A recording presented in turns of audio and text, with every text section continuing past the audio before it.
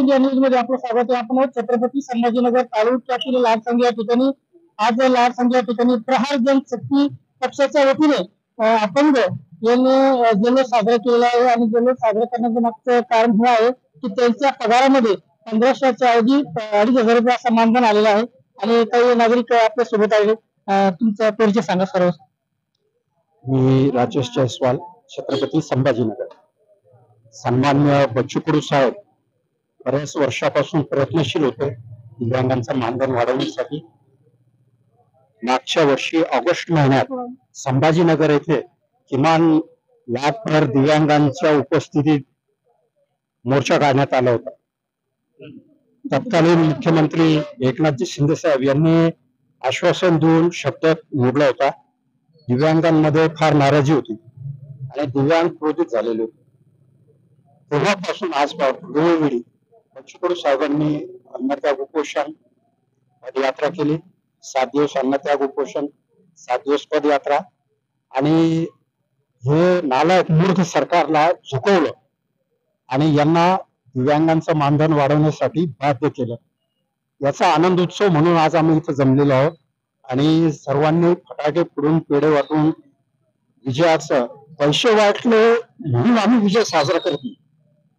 परंतु जे शेतकऱ्यांना खोटा शब्द दिला, कर्जमाफी करू मतं द्या आणि सत्तेत आल्यानंतर अजित पवार साहेबांनी सांगितलं की कर्जमाफी देण्याला सरकार असक्षम आहे, तिजोरीत पैसा नाही, 30 तारखेपर्यंत पैसे भरा.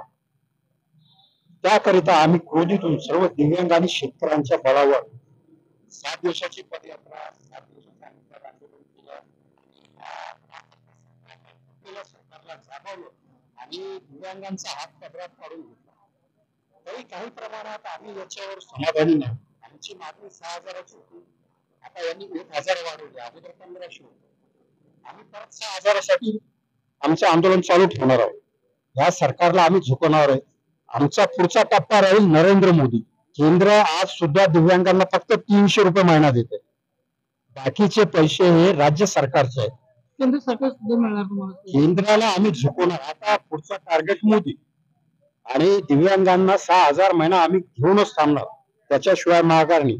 आणि दुसरी आनंदाची बातमी, शेतकऱ्यांना कर्जमाफीसाठी न म्हणणाऱ्यांनी आज पावसाळी अधिवेशनात शेतकऱ्यांसाठी कर्जमाफीसाठी समिती नेमली आणि बच्चू कडू साहेबांनी त्यांना 2 ऑक्टोबर ही डेडलाईन दिलेली आहे. 2 ऑक्टोबर पर्यंत ती समिती अहवाल सादर करेल आणि शेतकऱ्यांना 100% कर्जमाफी मिळेल. नाही मिळाल्यास बच्चू भाऊंनी सांगितलेलं आहे, आम्ही मंत्रालयावर अटॅक करू, पूर्ण मुंबई जाम करू. आणि आम्हाला सर्व पक्षांचा, सर्व संघटनांचा पाठिंबा मिळतोय. सर्वात महत्वाचं म्हणजे शरद पवार साहेब, राजसाहेब ठाकरे आणि उद्धव साहेब सर्वांनी आम्हाला मुंबईत येण्याच्या स्वागताची तयारी केलेली आहे. आमची पूर्ण तयारी झालेली आहे. सरकार हम यहाँ से इशारा दे रहे, समझ जाओ 2 अक्टूबर के पहले, नहीं तो दिखा देंगे किसान की ताकत क्या होती है. हम कह रहे हैं, बच्चू भाऊ का कहना है, जाति धर्म छोड़ो, किसान से नाता जोड़ो, एक कदम अन्नदाता की ओर. अगर आप अन्नदाताओं की तरफ ख्याल नहीं दोगे तो पूरा मंत्रालय हम खड़ा खटाक कर देंगे. हमारे साथ मनसे भी है. तुम्ही बच्चू कडूचे समर्थक आहात. आमदार बच्चू कडू या ठिकाणी जल्लोष साजरा केलेला आहे आणि स्वतः सांगायचं. जय मल्हार भाऊ, शेतकऱ्याची कर्जमाफी करू म्हणते सरकार, आतापर्यंत केली नाही. बच्चू भाऊना हे वारं मुंबईच्या दिशेने सोडलेलं आहे. तर शेतकऱ्याची कर्जमाफी व्हायलाच पाहिजे अशी ही शेतकऱ्याची विनंती आहे. सरकारचं अभिनंदन करू आम्ही. कर्जमाफी तर केली तर, नाही तर मुंबई गेल्याशिवाय राहणार नाही. शेतकरी जा मंत्रालयात जा. धन्यवाद.